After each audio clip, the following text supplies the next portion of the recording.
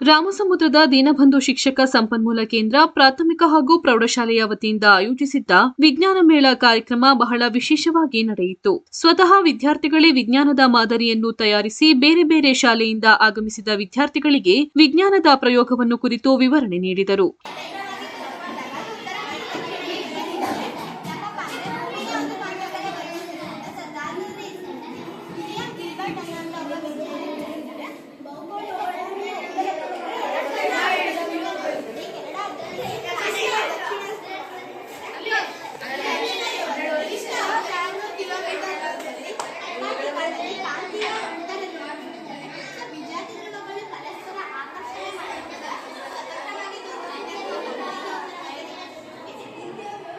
ಇದೇ ಸಂದರ್ಭದಲ್ಲಿ ದೀನಬಂಧು ಸಂಸ್ಥೆಯ ಕಾರ್ಯದರ್ಶಿ ಜಿಎಸ್ ಜಯದೇವ್ ಮಾತನಾಡಿದರು.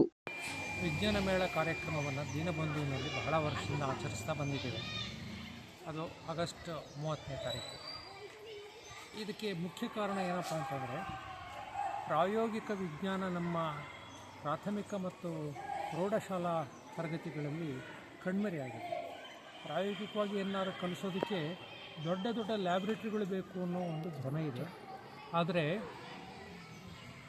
ಸಾಧಾರಣವಾಗಿ ಸಿಕ್ಕತಕ್ಕಂಥ ರಬ್ಬರ್ ಬ್ಯಾಂಡು, ಪ್ಲಾಸ್ಟಿಕ್ ಬಾಟ್ಲು ಮತ್ತು ಈ ಥರದ ವಸ್ತುಗಳಿಂದ ನಾವು ಅದ್ಭುತವಾದ ವಿಜ್ಞಾನವನ್ನು ಮಕ್ಕಳಿಗೆ ಪ್ರಯೋಗಾತ್ಮಕವಾಗಿ ಮಾಡಿ ತೋರಿಸ್ತಾ ವಿಜ್ಞಾನದ ತತ್ವಗಳನ್ನು ಕಲಿಸ್ಬೋದು.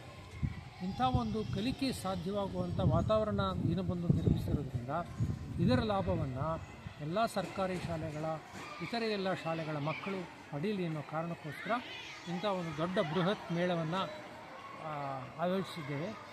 ಈ ಮೇಳದಲ್ಲಿ ಮಕ್ಕಳು ತಾವೇ ತಯಾರಿಸಿದ ಮತ್ತು ತಾವೇ ವಿವರಣೆ ನೀಡುವ ಪ್ರಯೋಗಗಳು ಪ್ರದರ್ಶಿಕೆಗಳಾಗಿ ಇವೆ. ಮಕ್ಕಳು ಬಂದು ವಿಜ್ಞಾನವನ್ನು ಮಕ್ಕಳು ಹೇಗೆ ಕಲ್ತಿದ್ದಾರೆ ಅನ್ನೋದನ್ನು ನೋಡ್ತಾ ಇಂಥದ್ದು ನಾನು ಅರಿಬೋದಲ್ಲ, ಕಲಿಬೋದಲ್ಲ ಅನ್ನೋ ಒಂದು ಭಾವನೆಯಿಂದ ನೋಡಿ ತಮ್ಮ ಪುಸ್ತಕದಲ್ಲಿ ಬರ್ಕೊಂಡು ಹೋಗ್ತಾರೆ. ಸುಮಾರು ಒಂದು 800 ಜನ ಮಕ್ಕಳು ಇವತ್ತು ಬರ್ತಾ ಇದ್ದಾರೆ.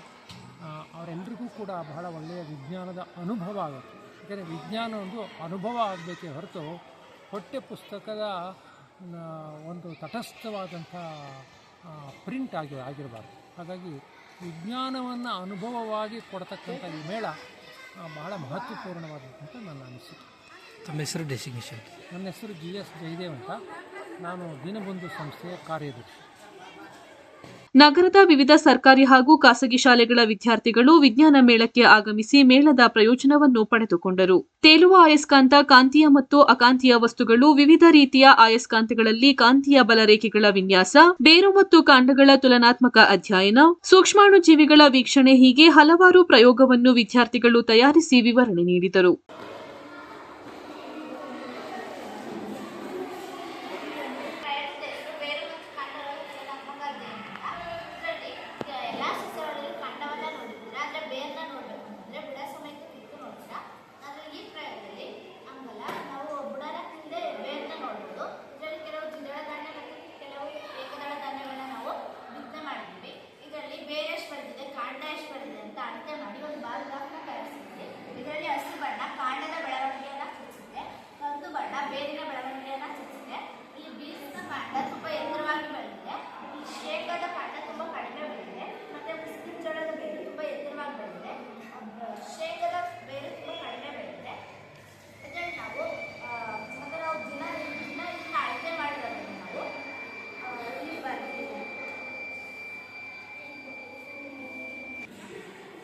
ಹೆಸರು ಸ್ಕೂಲ್ ಹೆಸರು